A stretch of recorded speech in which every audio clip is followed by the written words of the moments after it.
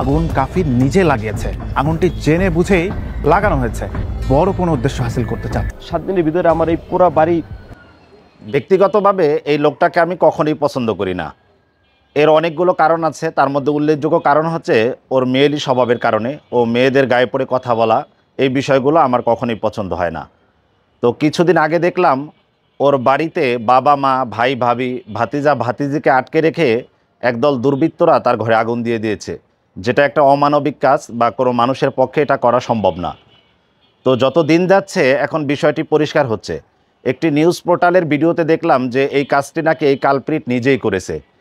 এর কারণ হিসেবে বলা যায় তিনি জুলাই বিপ্লবের অগ্রভাগে থেকে আন্দোলন করেছিলেন এবং সর্বশেষ বঙ্গবন্ধুর ধানমন্ডির 32 নম্বর বাড়ি ভাঙার ক্ষেত্রেও তার ভূমিকা ছিল অতুলনীয়। তো সেক্ষেত্রে বলার মতো বা দেখার মতো সরকার তাকে কোনো অনুদান দেয়নি বা তিনি কোনো অনুদান পায়নি। তো সেই বড় ধরনের অনুদান পাওয়ার জন্যই নাকি এই মুখোশধারী শয়তান এই কাজটি করেছে। তো সবার প্রতি অনুরোধ থাকলো ভিডিওটি বেশি বেশি শেয়ার করে দিবেন, যাতে এই শয়তানের মুখোশ উন্মোচন হয়ে যায়। ধন্যবাদ।